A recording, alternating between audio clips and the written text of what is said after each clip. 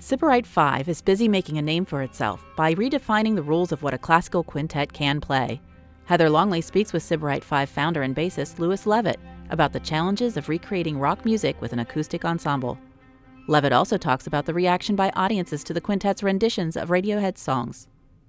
The group has done a lot with Radiohead arrangements of Radiohead's music. Can you talk briefly about the project that your group did and why Radiohead? Well, I would say the only rule we really have with Sybarite 5 is that we have to play the music that we love. And we love all different types of music. So we love Mozart, we love Radiohead, we love Dvorak, we love Elgar, we love music by new composers.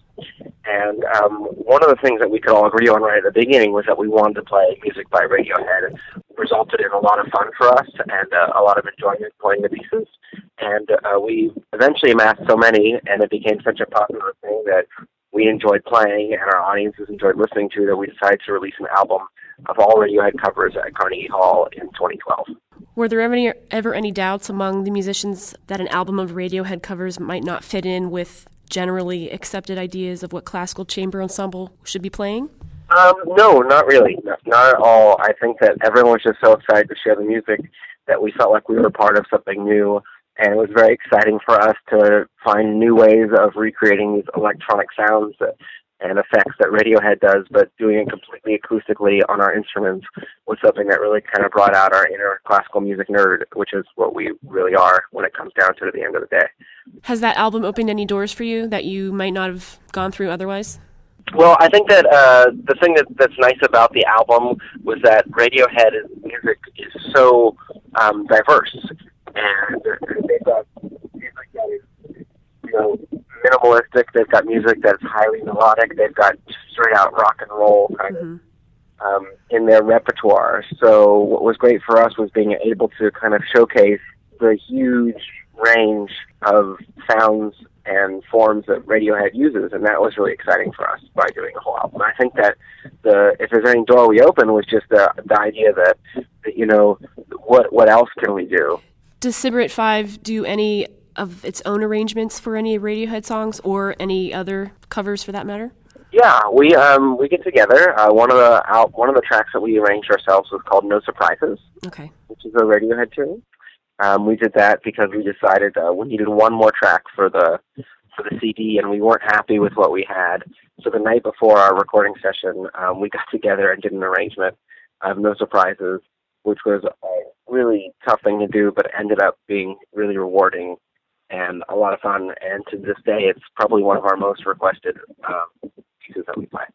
What is the challenge in trying to recreate the electronic portions of the music with the acoustic instruments? Well, the first challenge is that we don't have any effects. We don't plug in. We don't have any distortion pedal or any looping pedal or anything like that. So all those effects have to be just created with us and our hands and our bows and our fingers. And doing that it can be challenging, but it's really rewarding. I would say the biggest challenge when you have a string group performing music that has got a lot of popular influence, that we don't have a drum kit. There's no percussionist with us. Okay. And that's something that's kind of prevalent throughout Radiohead's music. There's always an element of percussion, so we're always working to try to recreate that percussion sound, whether it's electronic or just drums or anything at all. And that's always a challenge. How are we going to recreate this percussion sound? Have you noticed a new audience based on the performances featuring your arrangements and choice of compositions? I mean, have you noticed a younger audience specifically, or just a more open-minded audience? Or well, it's interesting. We have a really wide range of audience members as far as age is concerned. There's a lot of people that are drawn to us to hear the rock and roll type stuff that might be younger. And what usually happens with those people is that they enjoy that, but in the concert, they're introduced to new music that they've never heard of, which might be the thing that the older person has always heard of. So someone who comes to hear Led Zeppelin or Radiohead might be introduced to Elgar and Mozart, and usually comes away saying, wow, I never heard of Elgar.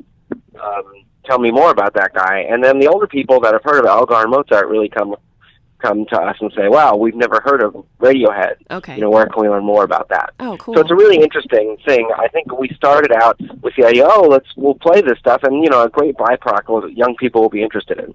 And we learned that kind of, yes, initially that's true, but the opposite holds when we play concerts.